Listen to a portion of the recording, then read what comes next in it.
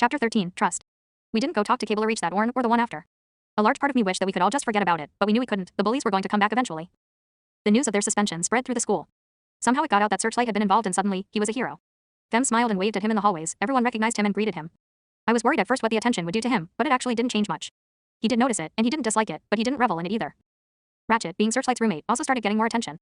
It made him irritable. Or, more irritable. It got to the point where no one but Ravage could get close to him, without having something thrown at them. Ravage, for his part, stayed remarkably protective of Ratchet for a few warns, even hissing at Searchlight once when he got too close. But by the end of the Decairn, he was back to jumping on Ratchet whenever the occasion presented itself. By the end of the Decairn, the excitement about the bullies being suspended settled out a little. Finals were coming up and everyone had to worry about that instead. We still hadn't told Cable Reach I could read minds. Searchlight had brought it up a couple of times, but I was still having second thoughts. Good Orn, class. There was a chorus of good Orn, bluffable, from the students. It wasn't very enthusiastic, but then again, we had a test. Why she decided to give us an assessment just 2 Decairns before final exams, no one knew. About half of the class was silently complaining about it. Before we begin this assessment, I'd like to thank all of you for participating in this class. It has been a pleasure teaching you, and I'd like to wish you all good luck on your finals. I hope to see some of you again in my other classes. Yes, this was a very good class, maybe with a few exceptions. She glanced at me, then the empty chair where Jazz had been, then at Searchlight. I've sent you the assessments. Begin. She'd done the question switching thing again. I took a deep vent and started on the first one, trying to ignore everything around me and get as far as I could into the test before everyone else's thoughts fried my processor. It didn't take long. Soon, the test blurred together and I had to read each question several times before even comprehending it. Other students finished and as it was her tradition to do so, Bluffable let them leave early. As the classroom emptied, I got a little of my concentration back and could work more quickly, but I had to rush to finish and I wasn't quite done by the time class was over. Turn in your tests, Bluffable said. Time's up. I submitted my answers to her.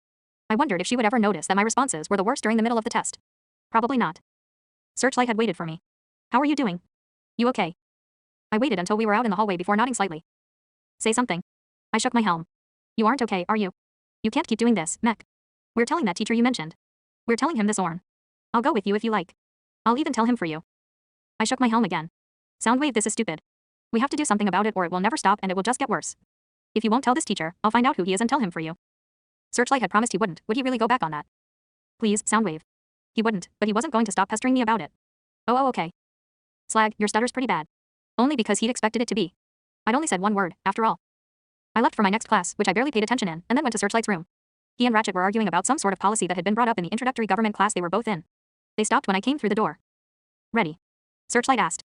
For what? Ratchet said. We're going to tell that teacher. I vented a sigh. I did not feel ready. Don't worry, Searchlight said. It'll be fine. I don't know, Ratchet said. You don't have to come. I'm not coming. What would I do anyway if I came? Stand there and nod at appropriate times. Which teacher are you telling? Searchlight looked to me. Kabbalarach. Oh, Searchlight said. Cable Reach. I've heard of him. They say he's pretty nice. He teaches something about science, I think. Or T-archnology or something. I don't think I've heard of him, Ratchet thought. I wonder what he teaches, and if I'll ever take a class from him, I hope this isn't a mistake. Let's go. You know where his office is? I nodded. Lead the way then. I'll talk to him if you like. I'll make him promise not to tell anyone before I tell him. Yo, don't have to, I said. It would be hard for me to explain it to him, especially with my stutter like this, but I could do it. You want me to? Because I'm more than willing. I hesitated, then shrugged. He took it as confirmation. Let's go then. I led the way through the halls of the school to the classroom wing and up one flight of stairs to Cable Reach's office. He was there, grading research papers for one of his more advanced classes. When I knocked on the door, it opened. Come in, Soundwave in. Searchlight. Oh, him. The fledgling Bluffable was complaining about and the one verdict and his friends beat up. This little mech's all over the place, isn't he? Searchlight. Nice to meet you, I'm Cable Reach. Searchlight nodded. So, Cable Reach said. What can I help you with? We've come to tell you something, Searchlight said, glancing at me. Am I okay to talk? I gestured for him to go ahead. All right, Cable Reach said. Does this have something to do with verdict? Searchlight took a moment to decide what to say. It's about why it's so hard for Soundwave to take tests. It's hard for him. Is that why he cheats?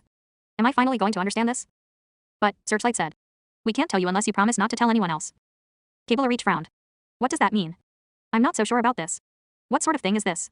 Why wouldn't I be able to tell anyone? It's important, Searchlight said. And you need to promise. I don't know that I can make a promise like that. Searchlight looked to me. I shrugged. Is it something? Can you give more information about this? Why is it a secret? What sort of secret would make it difficult for you to take tests? You'd understand if I told you and you believed me, that is. Cable Reach considered that. If I believed him, that's an odd thing to say. This couldn't be some sort of prank, they seem far too serious. He looks kind of shifty. You want to pull out, Wave?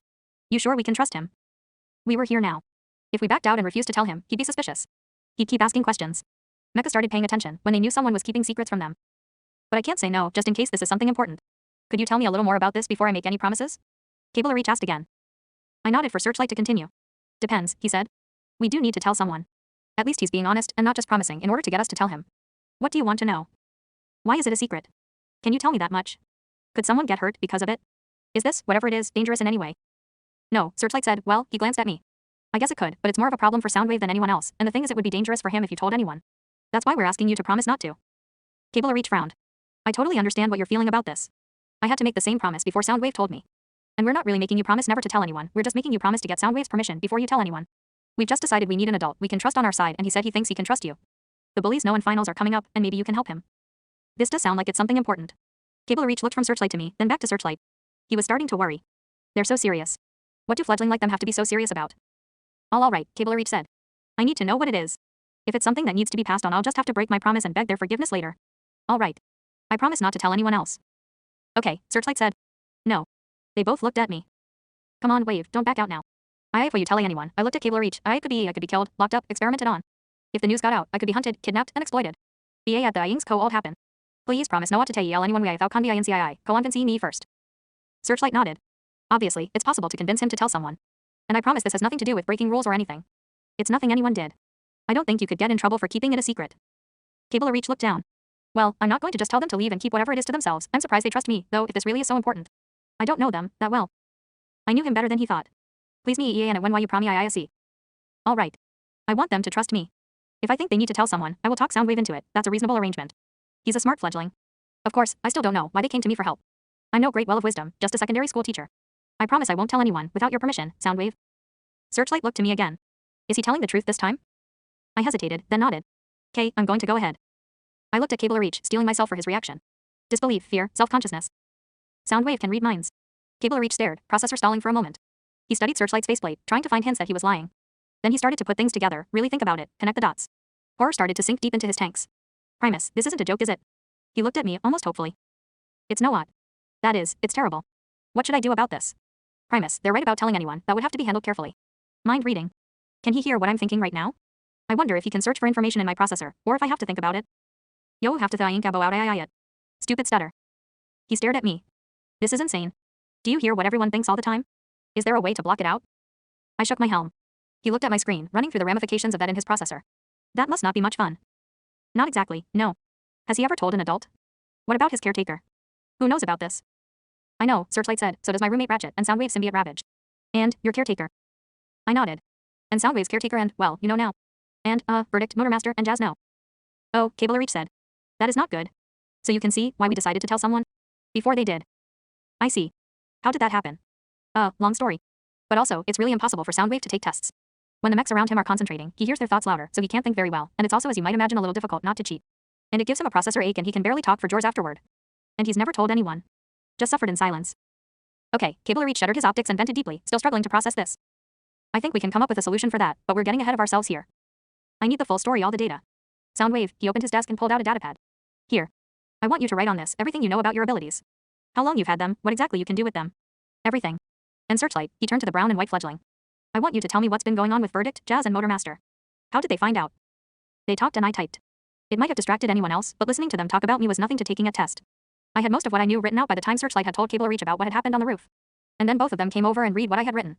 I even put in that my default range was getting wider, though I didn't mention that I thought it was going to either kill me or drive me insane some more. When Cable Reach was done reading, he sat back thoughtfully. So you have no idea where you got these abilities, or why you have them? I didn't know. I didn't think Crescent knew either, though she knew more than I did.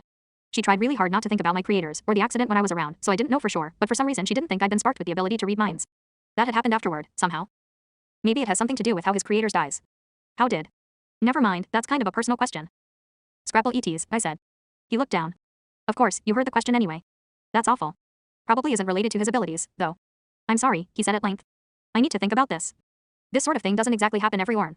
Thank you for being willing to come to me with this. I'll do my best to make sure I deserve the trust you've placed in me. This is a very serious matter. If the wrong mecha found out, Soundwave, you would be in a lot of danger. Well, I was glad he agreed with us about that. I can probably arrange for you to take your final examinations on your own. Would that be helpful? I nodded emphatically. That would be wonderful. Okay, we will figure something out. He erased everything I had just typed from his datapad. And I will think about this. I need to think about this. Is there anything else? I shook my helm. Nope, Searchlight said. That was pretty much it. Cable Reach put a hand to his helm. Then you can leave if you like. I will have more questions, though. So I'd appreciate it if you'd come back sometime next Orn, Soundwave. Okay, Searchlight said. Both of us or just Soundwave? Just Soundwave. I can't believe they trust me this much. That must have taken a lot of courage to come to me. I'd probably have kept it to myself forever. A lot of courage or a friend named Searchlight who was really good at getting into trouble. If it weren't for him, my secret would still actually be a secret. Of course I'd also still be failing school and the bullies would still be picking on me, and I'd still spend all my spare time hanging out in my room with Ravage and thinking about how miserable my life was. I went to my room to get Ravage before returning to Searchlight's. Ravage hopped off my shoulders to go and try to surprise Ratchet. Ratchet looked up. There you are. Searchlight told me talking to the teacher went well. Wait, where is? Ratchet's chair lurched violently and tipped. Ack. Ratchet scrambled off the chair and Ravage jumped on him. Get off. Well, Searchlight said from his berth. Glad to see that's back to normal. Ratchet tried to pick up the whole chair and throw it at Ravage, but he only managed to drop it on his own peed. Ow. Stupid fragging chair. You okay, Ratch? Searchlight asked, trying not to smile. Fine. Ratchet kicked the chair. Ow. Ravage hissed a laugh. Eventually, Ratchet shoved the chair back upright and climbed onto it, muttering under his breath. The next morning I went to Cable Reach's office, and he was ready for me. He had a lot of questions, and we ended up talking for hours. There were things he'd thought of in an Orn that I hadn't considered at all. We also discussed what to do about the bullies knowing, and on that front we didn't make much headway. Our best hope was that either they wouldn't tell anyone, or that no one would believe them. Cable Reach also said that he was working on convincing the headmaster to let me take my finals individually on the basis that being in a room full of other students was too distracting for me, especially if I had nothing to focus on other than a test. He said I'd have to talk to the school counselor and tell him that I wanted to take tests alone, but that shouldn't be difficult. It was almost lights out when I left his office. Ravage complained that he'd been alone all Orn. I wasn't the only one who'd gotten used to having more company. I promised him I'd make it up to him. The next Orn, I went and talked to the counselor and the headmaster.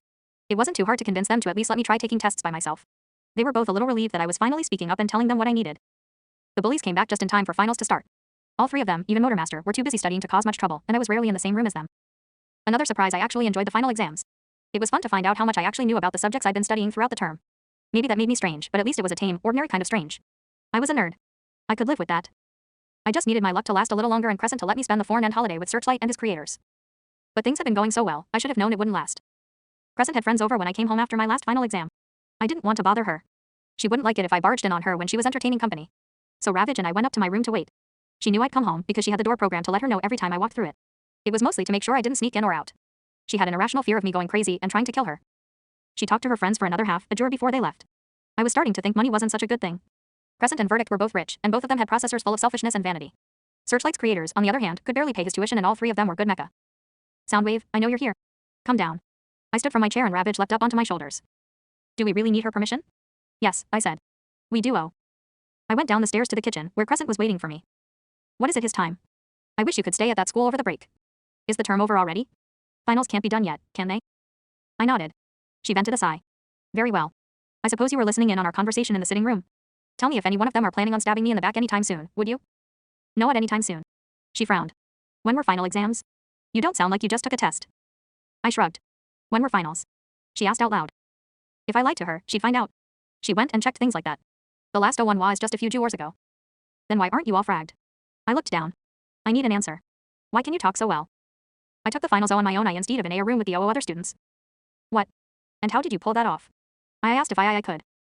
Crescent gasped. You told someone, didn't you? No. You did.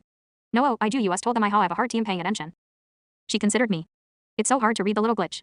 He had better not have told anyone. Now was probably not a good time to ask if I could spend the break at Searchlight's house. But I had to ask by the next Orn because Searchlight was leaving then. You know what will happen if you tell anyone, right? I nodded. It actually wasn't that bad. Good. Well, you can go back to your room now. You know where the energon is. Don't bother me unless you absolutely have to. She fingered a stain on the counter and tried to decide whether she could use it as an excuse to fire the housekeeper, who she was annoyed with. Then she looked up again and saw that I was still in the room. There a problem. A- actually, I said. I wanted to ask if I could spend the break at my friend's house. She stared at me for a moment. What? The whole break. That would be nice, but I don't want him out of. How far away is this friend anyway? I've never met him. I suppose this friend invited you. I nodded. You haven't told him, have you? I shook my helm. And yet the two of you are still friends. You've never been able to make friends before. I shrugged. She narrowed her optics. Where did you get that attitude, you little glitch? I don't believe you. My spark sank. You have told someone, haven't you? Maybe more than one. No, oh. Don't lie to me. I took half a step back, looking down. Ravage growled, low and threatening. Who? Have. You. Told. I didn't answer. I'll have to do damage control, frag it? See if I can find a way to silence anyone who knows. Why are you so scared? I asked. What do you mean? Crescent snapped. They'll take you away and there'll be investigations and everyone will know, and my social standing and everything I'm trying to do will be ruined and you'll become the government's little science project. They'll cut you open and study you so they can replicate whatever it is that lets you do that. Is that what you want? No. Who have you told? I didn't answer. Your friend, right? Crescent said. What's his designation? I can find it out if you refuse to tell me. Do auntie why you think I can tell whether I can trust Soamion? She'd asked me countless times whether or not she could trust her friends. Usually the answer was no, but I could tell. She knew I could tell. There are some things you can't trust anyone with. Maybe that show will be my YY decision. Go to your room. Ravage growled again. Go to your room, or Primus help me, I'll lock you in there for the whole break. I turned and walked to the doorway, then stopped. I don't know what's gotten into you, Crescent said. This school isn't good for you. I'll find you a different school. Do on tea. And keep your monster from growling at me or I'll have it put down. I'm still your caretaker, you still need to do what I tell you. I should have thrown you out in the streets when I found out what you were. But I didn't, I feed you, I send you to good schools, I keep your secret. I'm putting myself and my reputation in danger for you, everyone, and do I get any gratitude or respect? Go to your room. Don't just stand there, get out of my sight. I walked away. By the time I was in my room, she calmed down a little. When you're ready to give me a list of everyone you've told, you can come out of there. I sat down on my berth. If she makes you go to a different school, Ravage said. I know. I'd have to start over. Maybe Crescent would be able to keep the bullies quiet, and that would be good, but it wasn't worth it. I had friends and a trustworthy teacher who knew my secret. I didn't think I'd be able to find that again. Ravage hopped off my shoulders and I leaned my helm back against the wall. It didn't matter. Crescent had made up her mind and there was nothing I could do about it.